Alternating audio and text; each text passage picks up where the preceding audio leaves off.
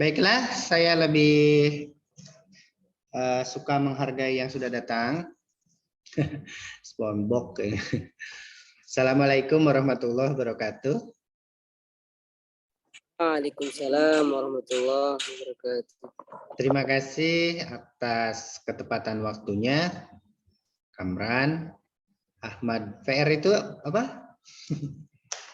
Rahman, Pak. Salah terus. Ahmad. Berapa NIM-nya? Fajrul Ahmad. 36, Pak, 36. Fadlur FR. Fadlur Rahman Kushoshi ya? Ya, itu. Ya, terima kasih. Hiaratul Amah juga. Kamran tadi ya. Puji Lestari selalu on cam. Berapa NIM-nya Puji? 22, Pak. Hiaratul Amah. Udah. Terus Ayu berapa Ayu? 44. Oke, teman-teman. Ini ada Aida. Berapa NIM-nya Aida? 15. Oke. Anggita Friska. Nama Raul. Raul itu ya artis. Oh, berapa NIM-nya? 40, Pak. Oke. 40. Nah, nasib. Kemudian ada Pria sama Firisa ya. Berapa Pria? Hadir, Pak. Ya. Ya, NIM berapa Pria? 11, Pak. Kalau Arif? 11. 11, Arif. Arif? 51, Pak. Oke, selalu on cam ya Arif ya. Baik, terima kasih ya semuanya. Firisa, Pria, Raul, Padul menghilang tadi yang SpongeBob. Hari ini teman-teman Ja'far juga kita akan diskusi salah satu teori konflik sosial dengan setting historis yang berbeda dari Karl Marx, tetapi sangat berhubungan secara langsung teori itu karena Dahrendorf mengkritik, menerima, memodifikasi sosiologinya Karl Marx. Marilah kita mulai perkuliahan kita pada pagi ini, siang ini, dengan bersama-sama melafalkan basmalah. Bismillahirrahmanirrahim. Baik, silakan Taufan Firdaus mau qiraatul Quran dulu. Ya, Par, berapa nih Mupar? 03, Pak. 03. Baik, kawan-kawan, mungkin ada ini Zoom-nya Zoom Prodi kita agak lenggang ya. Mungkin ada pertanyaan tentang materi pekan lalu. Silakan. Tentang teori konflik sosial Karl Marx dan juga resolusinya yang jika ditulis dalam mind map seperti ini. Silakan kalau ada pertanyaan. Ada? Halo? Tidak ada? Baik, kenapa tidak ada ya? Padahal kemarin kayaknya banyak pertanyaan. Baik, hari ini kita akan diskusi teori lain, materi lain tentang apa tentang ya Basil? Tentang konflik sosial menurut teorinya Dahrendorf dan bagaimana resolusinya. Ada 4 poin yang saya harapkan indikator ke teman-teman untuk meresumnya. Dan tadi sudah saya download semua teman-teman. Sudah saya save. Yang pertama tentang apa, kawan-kawan? Dari pagi ngajar ya? Ini yang jam ketiga ini. Yang pertama,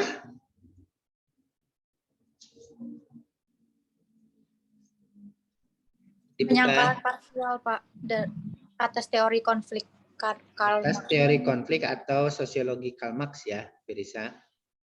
Yang kedua, Pak, gimana Firisa? yang kedua perubahan struktur masyarakat post kapitalisme atau industri modern. Yang berbeda dengan masyarakat Eropa Timur yang ketika itu dilihat oleh Karl Marx pasca revolusi industri pertama ya. Revolusi industri pertama itu cetak ya teman-teman. Revolusi industri kedua dicirikan dengan apa? Mesin. Revolusi industri ketiga dicirikan dengan computerizing ya. Dan kita 4.0 sekarang dicirikan dengan digitalizing. Ya, teman-teman. Revolusi 5.0 mungkin apa nanti? Ya, kita akan menghadapinya ya. Kita akan menyambutnya. Baik, teman-teman semua, hari ini siapa yang ingin menjelaskan poin pertama dulu? Penyangkalan parsial teori Dahrendorf ini merupakan penyangkalan parsial terhadap sosiologinya Karl Marx atau teori konfliknya, sosiologi konfliknya Karl Marx. Siapa?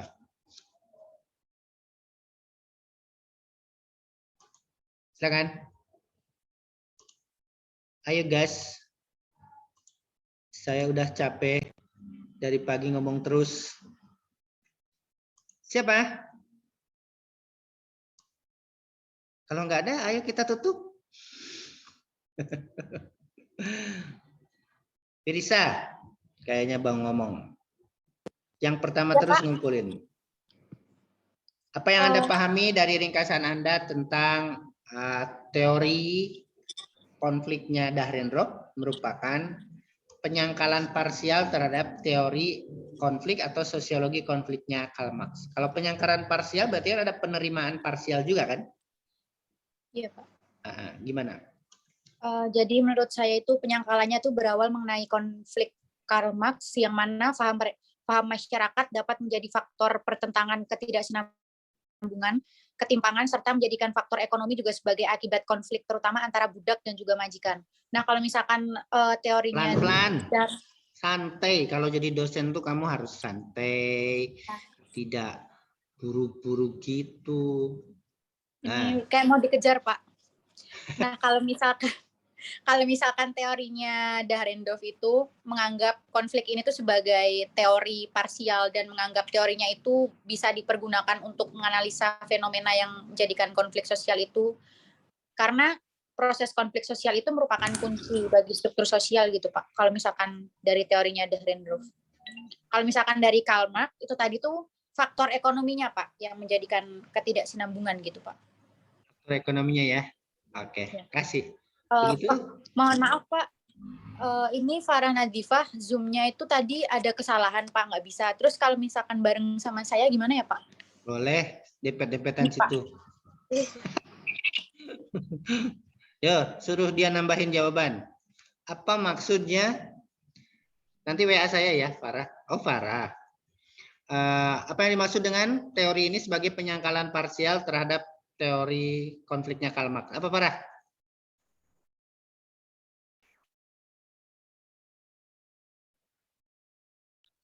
Iya Pak. Iya, kamu. Teori konflik Dahrendorf ini tuh merupakan separuh penerimaan dan separuh penolakan dari teori Karl Marx. Ya, tentang separuh penerimaan. Nerima. Dan separuh penolakan.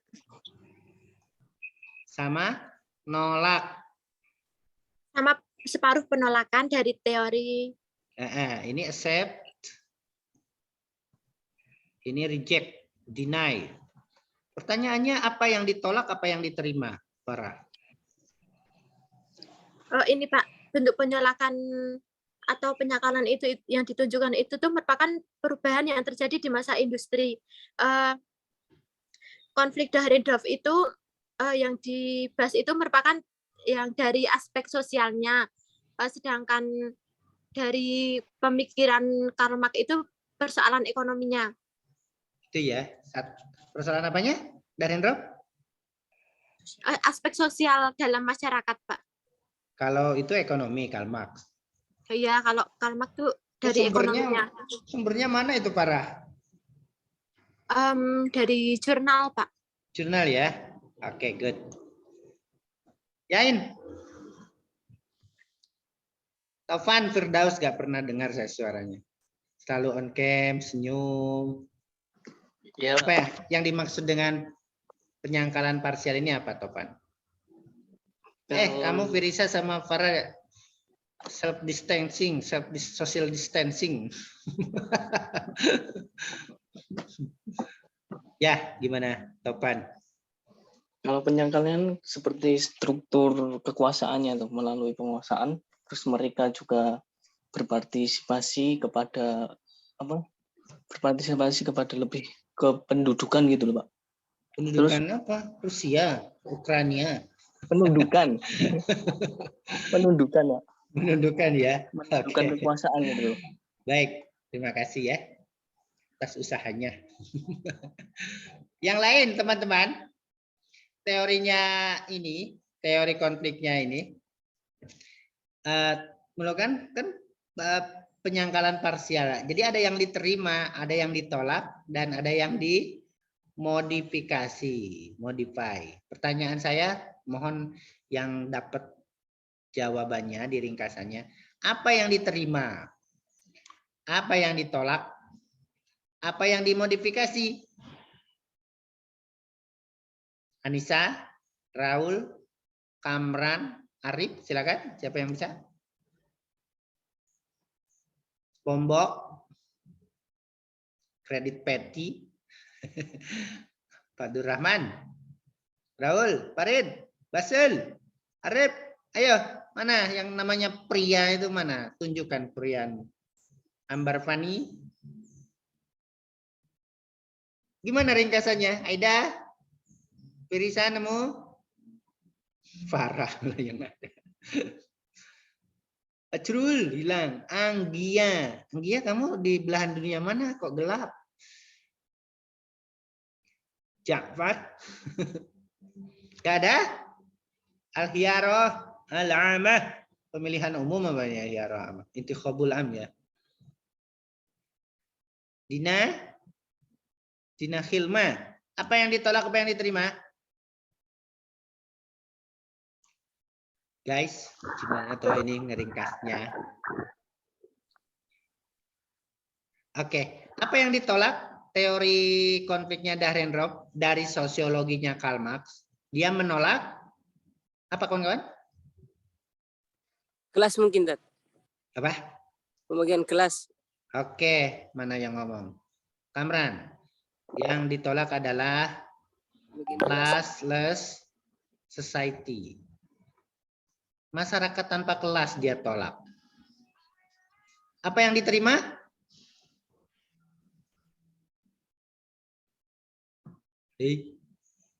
Apa yang diterima dari teori Karl Marx? Sosiologinya Karl Marx? Ayo toh, gimana toh meringkasnya itu? Yang diterima adalah apa? Teori khasnya Karl Marx itu yang dia terima.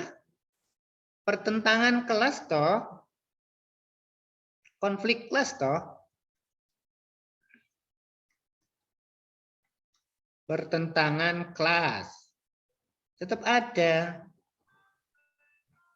di masyarakat post kapitalis, masyarakat industri modern. Kemudian dia melihat modifikasi pada struktur apa, kawan-kawan? Halo. Sosial. Sosial opo. Pekan depan kita luring insya Allah ya. Kayaknya sudah bisa luring kok ini. Dia memodifikasi melihat dengan latar belakang historisnya Eropa Barat dan Amerika. apa? Struktur masyarakat. Ini loh teman-teman ya.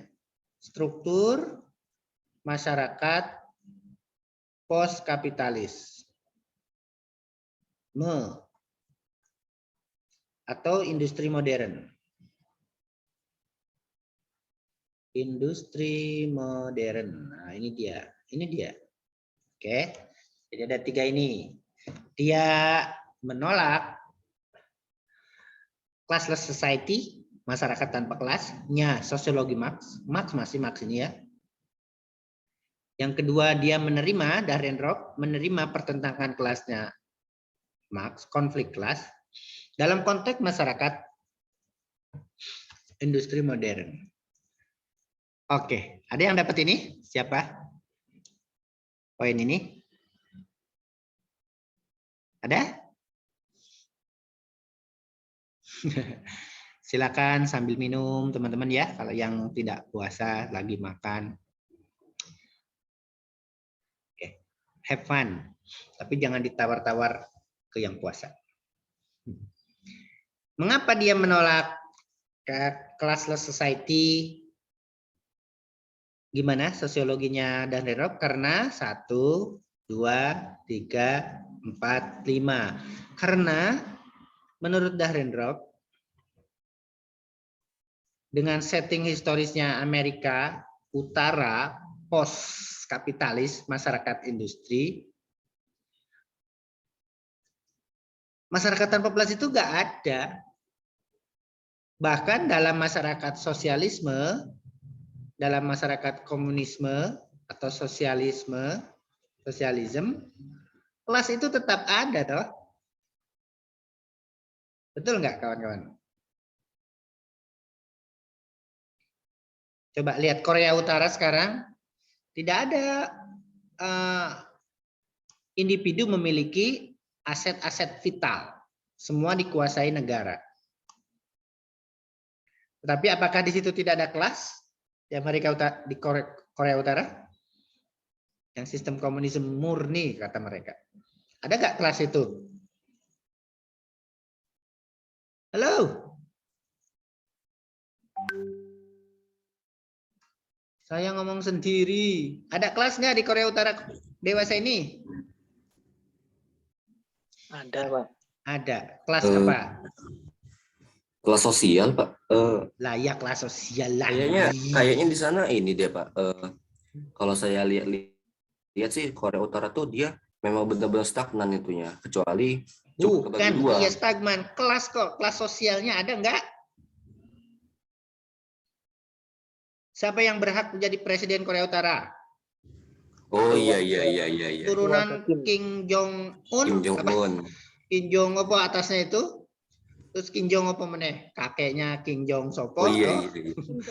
Bapaknya Kim Jong apa? Sekarang Kim Jong Un. Ada kelasnya. Iya Pak ya. Di bawah itu ada kelas apa? Militer.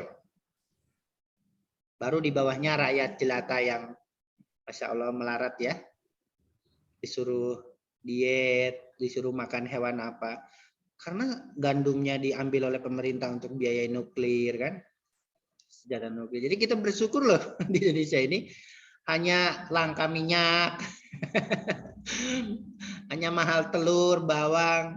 Tapi masih bisa makan kan? Wah di Korea Utara, di Gaza, ya Allah ya. Kalau lihat kita laporan-laporan Amnesty Internasional ya. Sudah hilang kemanusiaannya itu di Gaza, di Korea Utara nggak ada. 7 hari invasi Rusia ke Ukraina ribut semua kan? Tapi 70 tahun invasi Israel ke Palestina nggak ada hukuman-hukuman toh, nggak ada sanksi-sanksi. Nah itu dia ada kelas di masyarakat kita juga ada toh. Saya udah katakan ke Anda, saya itu di kampung kelas Brahmana. Kalau ada naming, penamaan ya. Kelas Brahmana loh itu.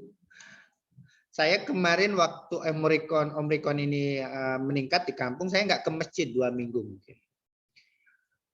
Pas saya aktif ke masjid lagi, langsung nggak ada yang berani ngimami lagi. Saya lagi ngimami. Sudah nggak ada aturan tertulis yang harus imam maghrib isya itu saya. Nggak ada. Tapi kalau ada saya nggak pada berani maju. Ada kelas loh Tovan, Aida, Jafar, Khofifah. Secara evolutif ada kan? Anda di kos ada kelas? Ada toh. Ini kumpulan orang Madura, ini kumpulan orang Batak, ini orang Sunda. Kalau orang etnik ini makannya di angkringan. Kalau ini etnik ini di warung Padang, ya tahu. Kalau ini di warung Sunda. Ya secara evolutif tanpa diciptakan. Artinya kata Dahrendorf, pikiran, bayangan Karl Marx tentang masyarakat tanpa kelas yang itu menjadi tujuannya dalam melakukan revolusi dalam sistem sosialisme itu tidak betul. Yang kedua, dia tolak itu classless society karena tidak empirik tadi, no empirik, nggak ada dalam kenyataannya. Nggak ada dalam kenyataannya masyarakat tanpa kelas. Oke, nggak ada.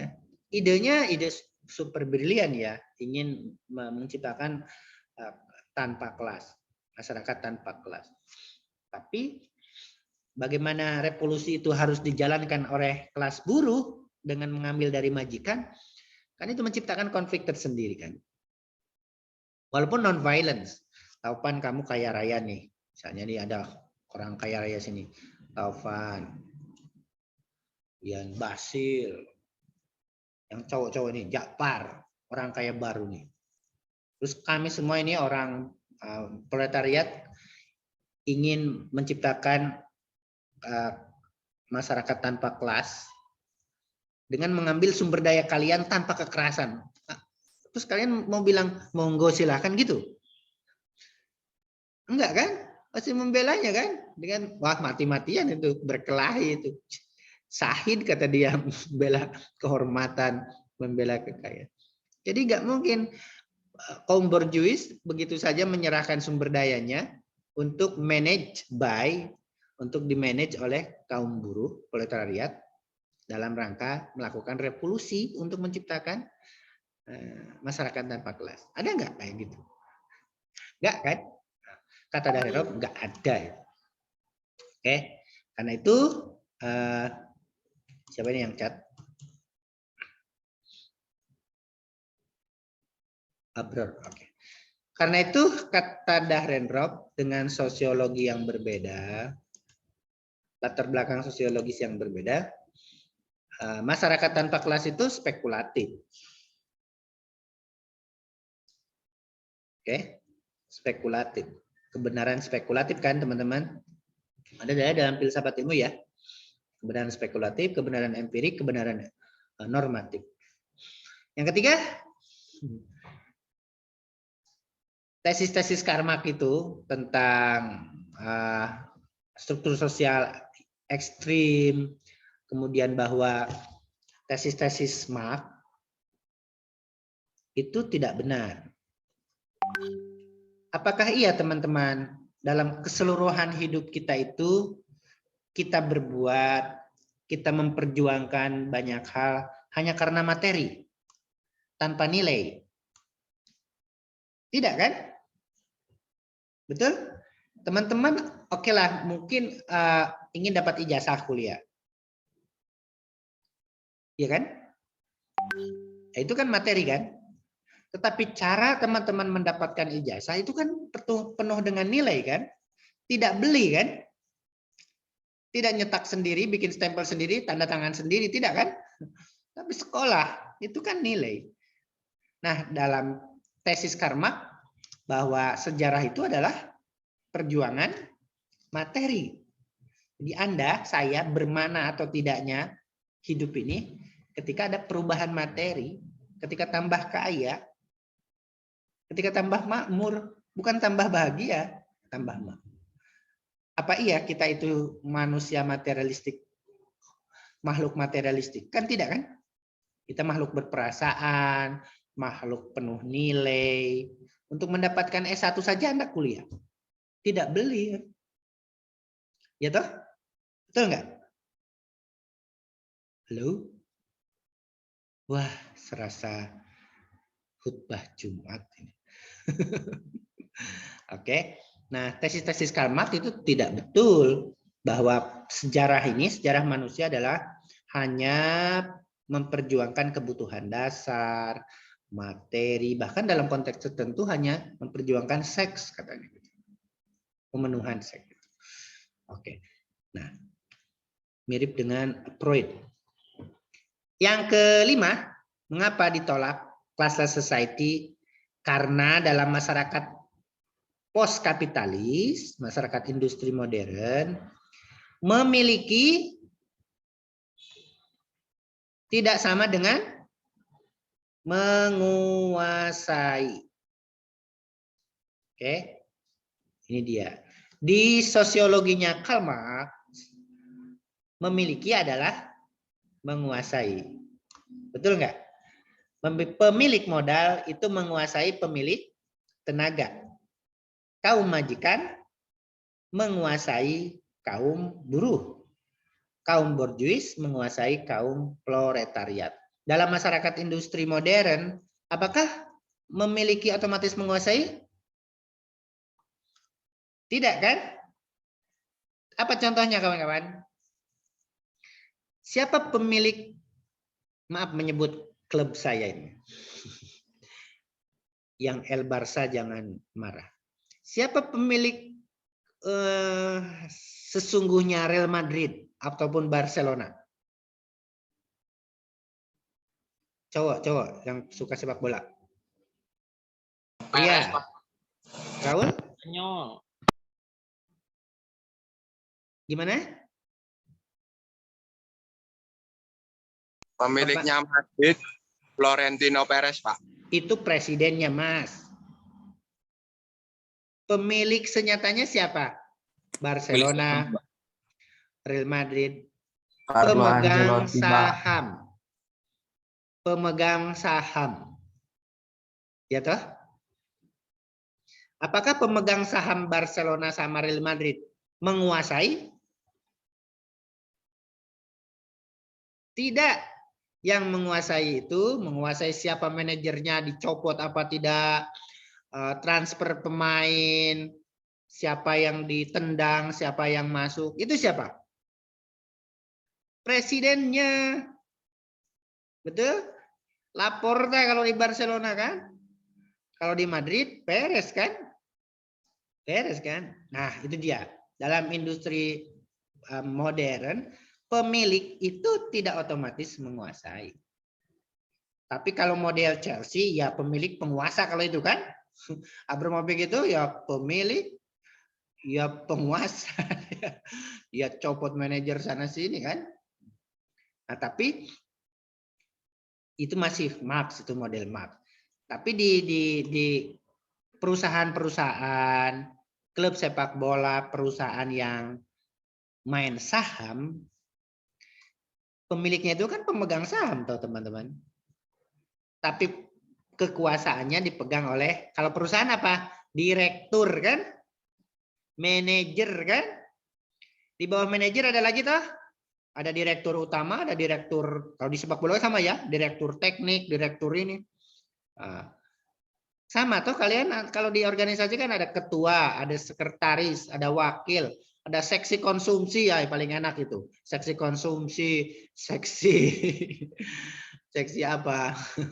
Pengumpulan bahan bansos, ada seksi humas, seksi apa? Nah, itu dia. Itu kan? Nah, sama, teman-teman. Masyarakat industri modern itu tidak memiliki tidak otomatis menguasai. Maka saya ingin berpesan sama teman-teman yang perempuan nih. Sama Firisa, Farah, Aida, siapa tadi? Ayu, tadi siapa? Ambar Fani, Anggia. Kalau mau nikah, jangan pakai teori Karl Marx. Sebelum akad nikah oleh penghulu, stop dulu. Stop Pak penghulu. Saya mau kontrak dulu dengan calon suami saya. Apakah abang menikahi saya mau pakai teori Karl Marx apa Dahrendorf? Kalau pakai teori Karl Marx, memiliki menguasai, gak jadi nikah. Kalau pakai Dahrendorf, memiliki tapi tidak menguasai, saya jadi. Nah, gitu ya, Aida, Firisa, Farah, Ayu. Itu ya, nikahnya nanti pakai teori Dahrendorf. Abang boleh memiliki saya, tetapi tidak menguasai. Harus tetap punya kebebasan, punya hak. Jangan pakai teori Karl Marx, memiliki, menguasai. Paling kata penghulunya, ini calon pengantinnya salah minum obat apa? Dipengaruhi siapa? Gitu. Pengaruhi saya, gitu bilang. Itu ya, kawan-kawan.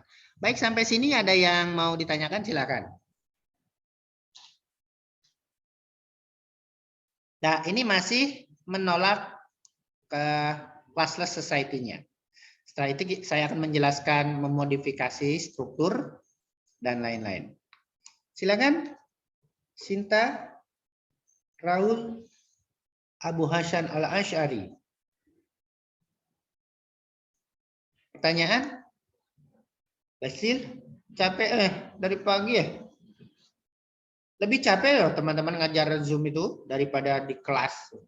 Karena nggak ketemu orangnya, bengok-bengok. Nggak nyuruh kalian diskusi berpasangan. Ada tidak? Pak Jurul? Fi as-su'al, Kamran? Itu Tat, kan Apa? teorinya Karl Marx kan ditentangkan oleh teorinya Dahrendorf kan Tat. Nah, latar belakang teorinya Karl Marx ini dari mana Tat?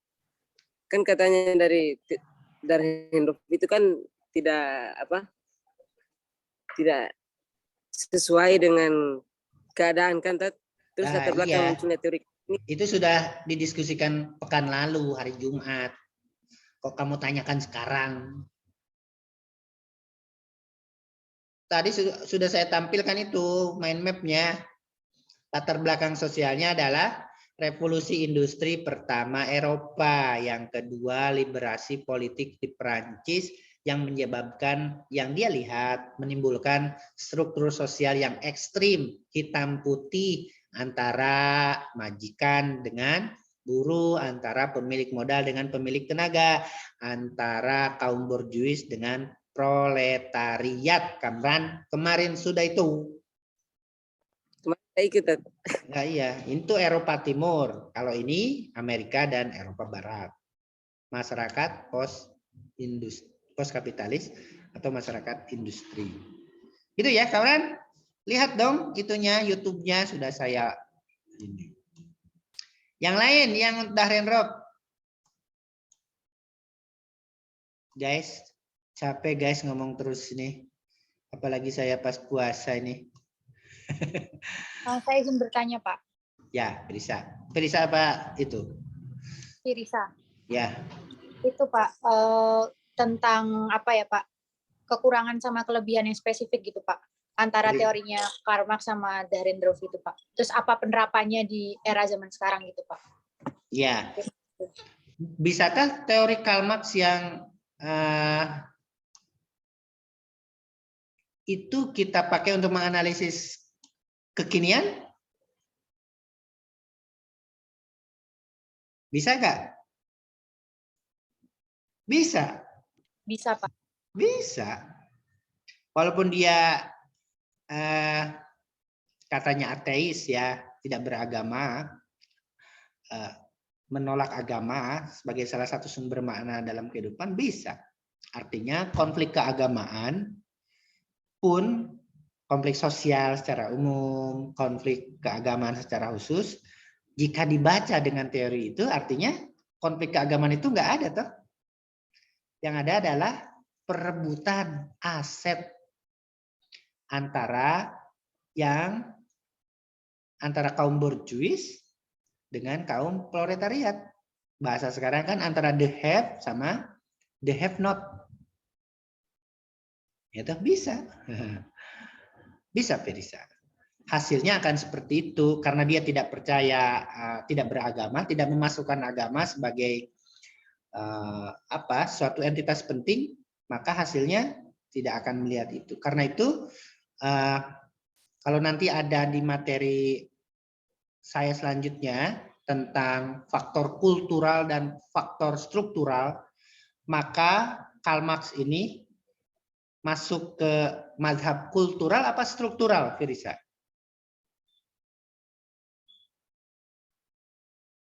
Teman-teman. Struktural, Pak. Struktural dong. Persis 100%, 100% for you.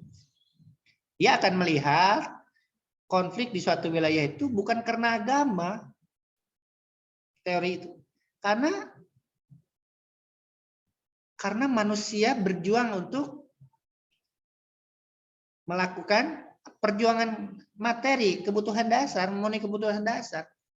Maka supaya konflik itu tidak ada, kalau Karl Marx ciptakan revolusi untuk menciptakan masyarakat tanpa kelas, maka di sisi lain kalau melihat filsafat dialektika materialismenya, konflik itu tidak akan terjadi kalau semua sudah terpenuhi materinya. Perubahan materi. Jadi konflik agama menurut teori ini agak ada orang memperjuangkan agama. Walah, itu omong kosong. Itu hanya untuk mengobarkan saja, untuk memicu saja, untuk menggerakkan massa saja. Sebetulnya yang dikejar bukan itu. Yang dikejar adalah sumber-sumber ekonomi. Di Ambon juga sama toh. Karena yang dikuasai oleh Muslim semuanya, angkot, potong rambut, pasar, sate dari Madura, Padang, warung nasi. Ya itu dia. Gitu ya. Kalau offline di kelas bisa lebih ganas ngomongnya karena ini direkod. Harus agak halus gitu. Ya Kamran ya. Kamran ini dari Maluku Utara ya, Kamran ya. NTT, Tat. Oh, NTT. Ya. Gitu. Ada lagi pertanyaan? Oke, saya lanjutkan sedikit ya. Nah, teman-teman, gimana toh masyarakat, struktur masyarakat post kapitalis? Kalau Karl Marx itu masyarakatnya ekstrim, gitu, kutub utara, kutub selatan, antara majikan dengan buruh, antara orang kaya dengan orang miskin. Walaupun dia tidak menyebut itu ya, pemilik modal dengan pemilik tenaga sama aja toh. Antara orang kaya dengan orang kere kan gitu kan. Tapi dia tidak menyebut itu. Antara pemilik capital modal, kan Das Kapitalis toh bukunya, dengan pemilik tenaga. Pemilik tenaga berarti apa? Modal dengkul itu ya topannya, Firisa. Nah, apa yang terjadi di struktur masyarakat post kapitalis itu tidak seperti itu. Tetapi dicirikan 3 hal. 1, apa? Siapa yang menemukan? Ada yang menemukan 1, komposisi modal.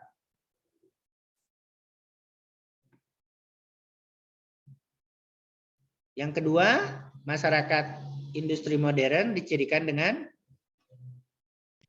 Tenaga kerja, Pak. Oke. Kelas menengah baru ya. Kayak yang ketiga betul. Dekomposisi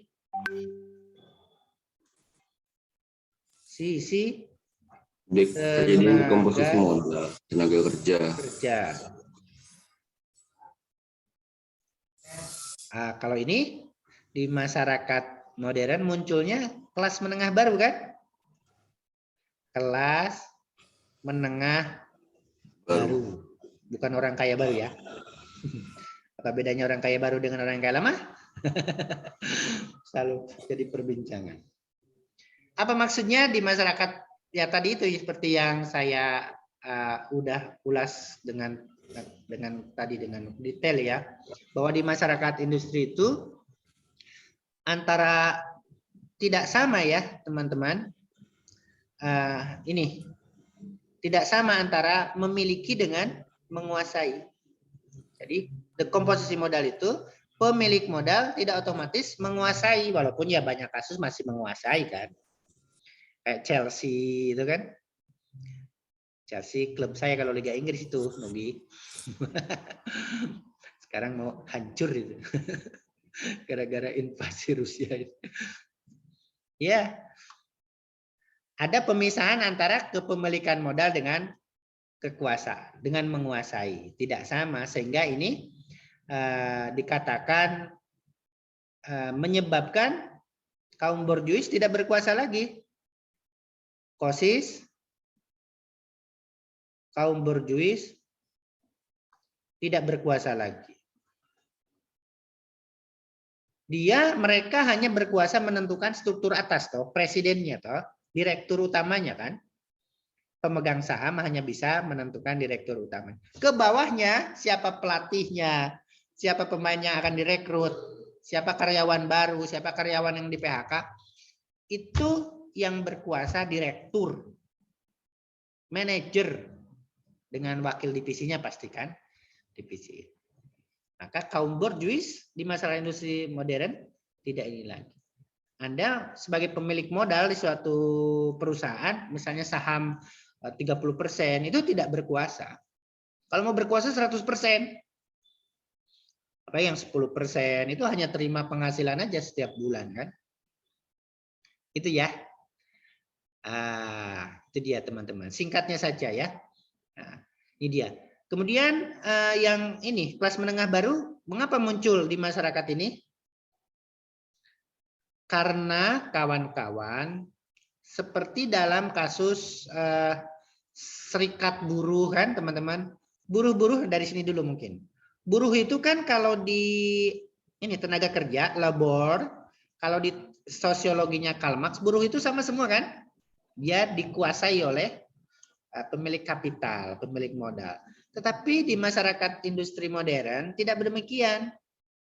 Buruh itu ada yang skillful, ada yang punya skill, ada yang skillless, ada yang tidak berskill. Tenaga kerja itu ada yang berskill, punya skill, dan ada yang tidak punya skill. Dibedakan. jalan. Skill ya, Bror.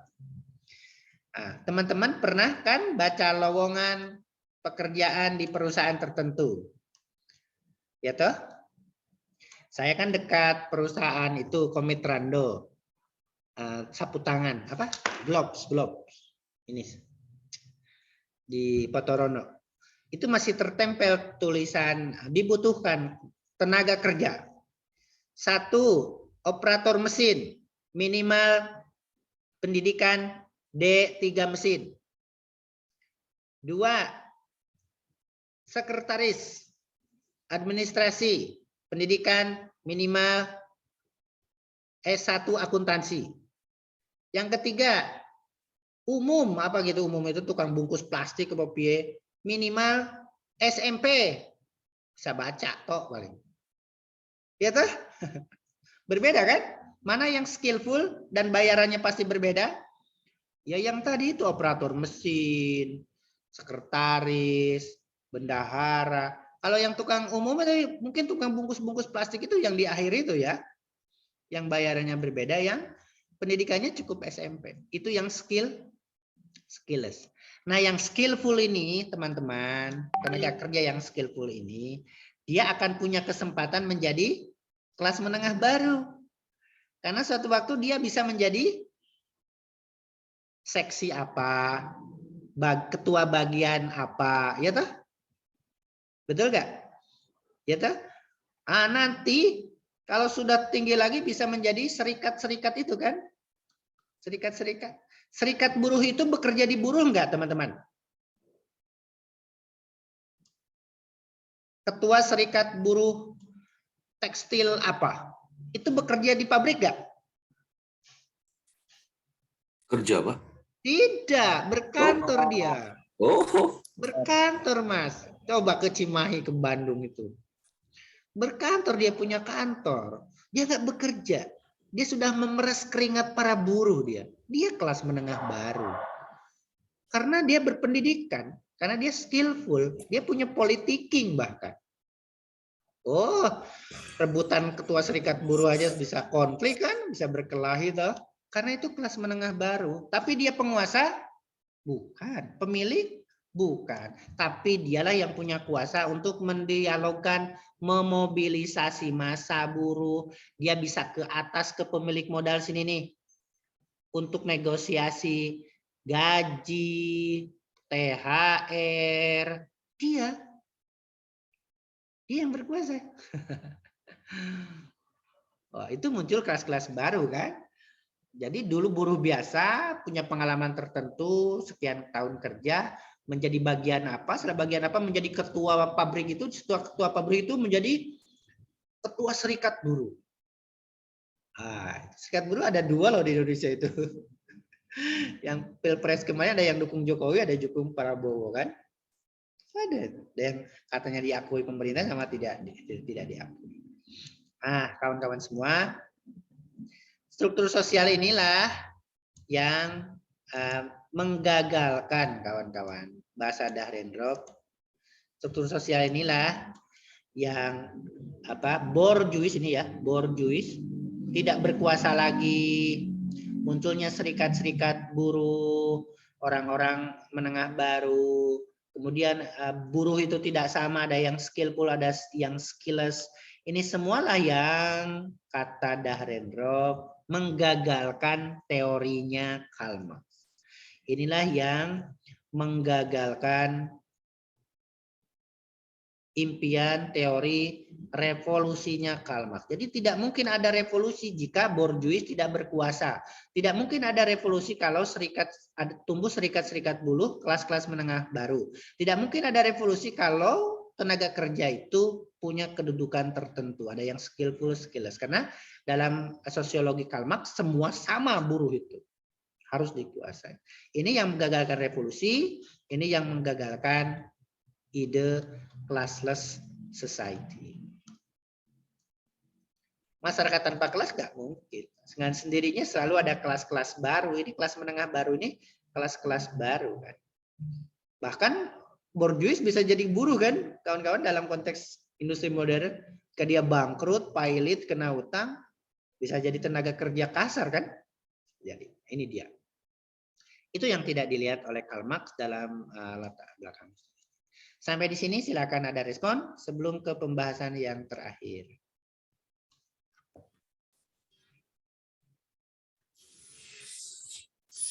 Oh, nggak ada. Kalau nggak ada, sedikit lagi ya teman-teman. Mohon sabar kalau ada pertanyaan. Nah, teori Dahrendorf itu kalau disimpulkan teori apa teman-teman? Teori konfliknya? Teori apa? Dialektika konflik kekuasaan ya teman-teman. Dialektika konflik kekuasaan. Nah, ini intinya. Konflik kekuasaan. Nah, karena itu yang diterima dari sosiologinya Karl Marx oleh Dahrendorf memang pertentangan kelas itu selalu ada. Coba aja kalian lihat ya. Pemilihan RT saja bisa konflik toh, teman-teman. RT gak ada gajinya, cuma dapat pengaruh aja gitu. Pengaruh pun ya gak dianggap kok ya. Pemilihan organisasi di tempat-tempat kalian juga kadang konflik kan. Jadi pertentangan kelas itu ada, selalu ada. Termasuk di masyarakat industri modern kata Dahrendorf. Mari kita lihat penjelasan dia. Tetapi antara siapa dengan siapa kata Dahrendorf? Teman-teman? Antara penguasa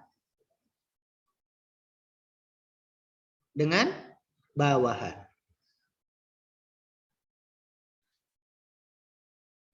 Antara the ruling class, the ruling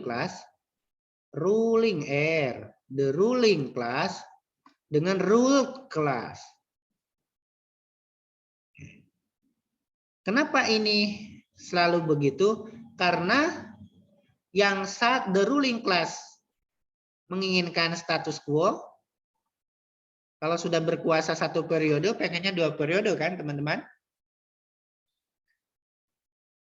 Kalau udah 2 periode, pengennya berapa periode? 3 periode. Kalau sudah 3 periode ya 4 periode. Setelah itu sampai mati kan. Pak Harto itu sampai 32 tahun. Yang sekarang ini sudah digaung-gaungkan 3 periode ya.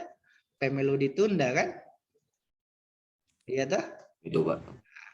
Karena begitulah psikologi kekuasaan. Penguasa itu ingin mempertahankan status quo.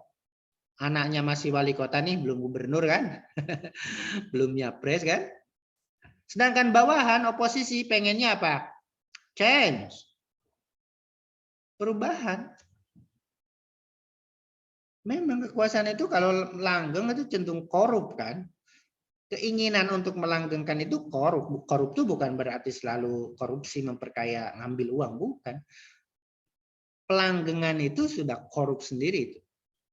Nah, hubungan ini selalu tegang karena yang satu ingin status quo, yang satu selalu ingin change. Nah, apa toh sebetulnya intinya kata Dahrendorf? Karena konflik apa dia? Konflik kepentingan kan? Yang berkuasa ingin langgeng, yang di bawah ingin bahan. Bahkan kepentingan ini ada kepentingan kata Dahrendorf apa teman-teman? Kepentingan ini teman-teman bisa ribut itu masalah ribut yang manifest apa yang laten?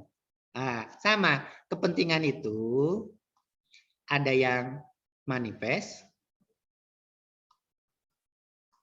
ada yang laten. Yang manifest itu apa? Kenaikan gaji, THR, UMR, itu bisa menjadi faktor konflik. Karena kepentingan ingin naik gaji bawahan, kepentingan ingin naik UMR bawahan, sementara penguasa status quo, oh kalau bisa jangan. Jangan, saya belum kaya nih. Saya memang sudah untung banyak, tapi saya belum kaya. Belum nabung di Singapura, belum nabung di mana. Kalau kata Rasul, belum makan tanah ya, belum mati. Nah itu. Nah yang laten itu pengen perubahan, pengen ganti pimpinan, pengen ganti apa, ganti direksi, ganti direktur. Nah ini yang manifest.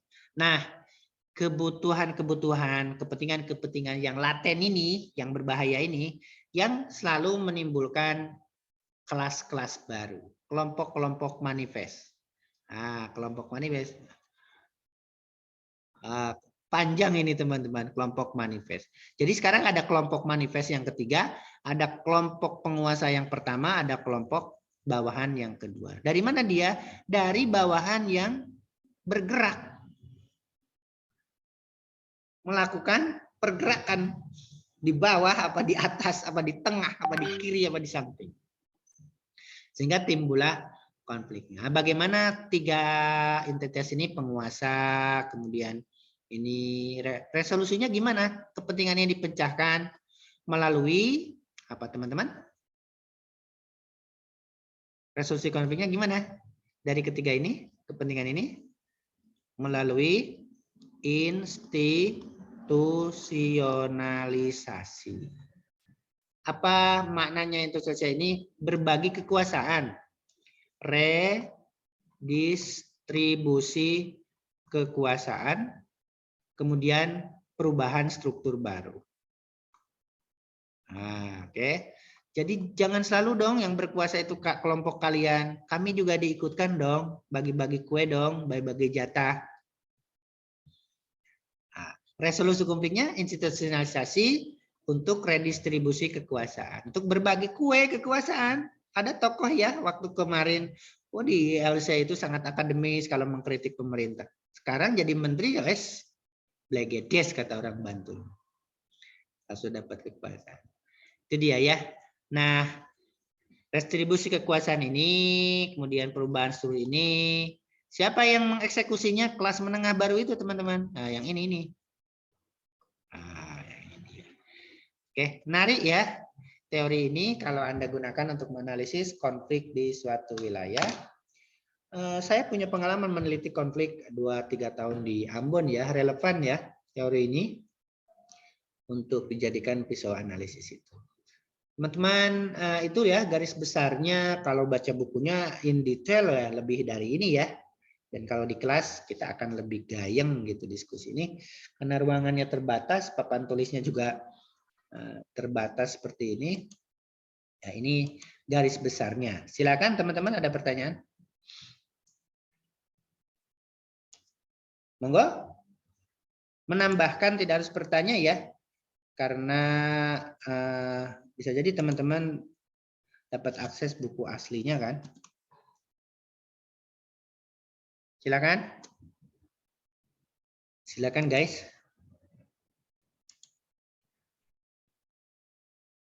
Ini udah ngos-ngosan ini. Silakan. 1, 2. Pak. Ya, siap. Kan itu ada menimbulkan apa namanya kelas menengah baru. Ya. Itu bisa menjadi konflik nggak sih Pak antar kelompok masyarakat menengah baru ini Pak? Bukan antara penguasa dan bawahan, sesamanya gitu Pak. Ya, kalau dari teori ini siapa? Padul ya? Padul ya? Yoi Pak. Yoi. Kayak sama teman aja. Teman-teman, selalu ada konflik jika apa? Jika kepentingannya berbeda. Nah, ini kan di kepentingan. Dialektika konflik kekuasaan toh. Jika tujuannya sama, kepentingannya sama, maka konfliknya pasti tidak ada. Tetapi kalau kepentingannya berbeda, kayak bawahan ini dengan kelompok manifest sudah berbeda loh teman-teman. Karena bawahan ini yang diinginkan adalah kepentingan yang manifest ini. Kenaikan gaji, kenaikan THR, UMR. Gitu. Kalau manifest tidak. Dia yang diinginkan kepentingannya kepentingan manifest lebih besar dari sekedar itu. Kekuasaan dia. Nah, itu yang lupa saya tadi ya, yang terlewat. Yang diinginkan kelompok manifest ini adalah kekuasaan. Artinya, di antara mereka pun sangat mungkin timbul konflik kan, jika kepentingan kelompok manifest ini berbeda. Misalnya di sini yang dicalonkan selanjutnya si A. Kok ada suara-suara si B? Nah, konflik dia di situ. Nah, artinya, teori ini sangat relevan ya, teman-teman, untuk menganalisis bahwa selama kepentingan konflik kekuasaannya ini sama, maka tidak akan terjadi konflik antar ini. Tapi kalau kepentingannya berbeda, maka akan terjadi konflik kekuasaan. Itu ya Pak Dul? Sangat mungkin terjadi di situ. Kan ya, selalu Pak. Ada kelompok sempalan ya. Golkar itu melahirkan berapa partai teman-teman?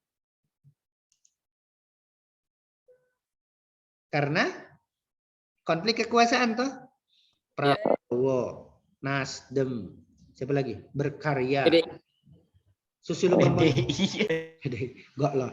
Partai Demokrat itu dari Golkar kan? Yang mana duluan? Demokrat, Nasdem, Gerindra, Berkarya. Partainya Tutut dulu ya. Apa itu yang warna hijau itu? Itu dari situ. Karena kepentingannya tidak. Semua ingin memimpin. Wiranto. Wah, Wiranto pernah capres Golkar. Malah bikin partai apa itu? Hanura Wah ya. Itu dia. Gitu ya. Oke. Teman-teman, gimana? Masih ada pertanyaan? Pak, tadi kan saya telat masuk nih Pak, waktu Bapak jelasin tentang parsial tuh gimana Pak? Bisa dijelasin sekali lagi nggak Pak? Ah, kamu mah lihat di YouTube aja, capek. Ini, Nugi. Ini ya, Nugi ya.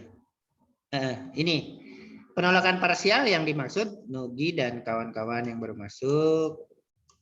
Ada yang diterima. Penolakan parsial terhadap apa, Nugi? Dan Rob ini? Aduh. Karl Marx. Terhadap sosiologi konfliknya Karl Marx. Atau teori konfliknya Karl Marx. Apa yang ditolak? Ini, Nugi. Yang ditolak adalah classless society-nya. Masyarakat tanpa kelasnya, kata dia nggak ada. Karena begini argumennya gini. Yang diterima apa? Ini dia, pertentangan kelasnya.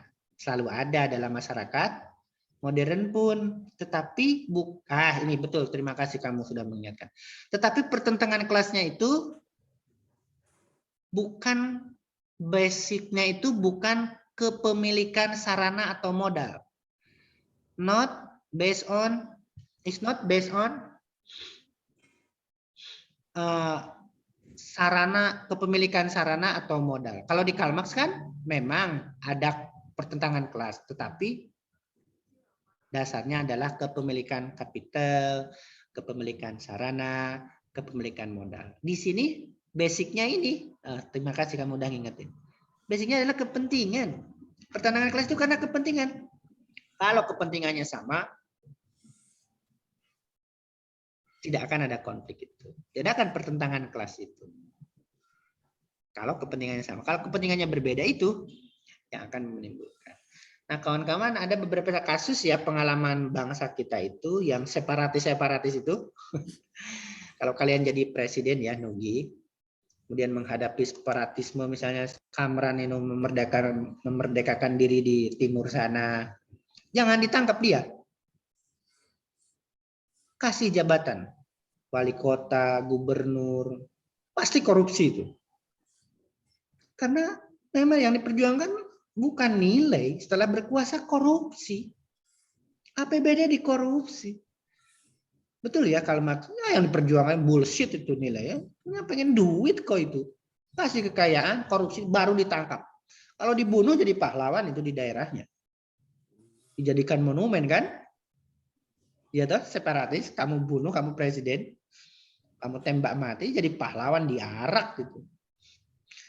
Makanya Osama bin Laden tuh nggak boleh dikuburkan kan, harus dibuang ke laut kan.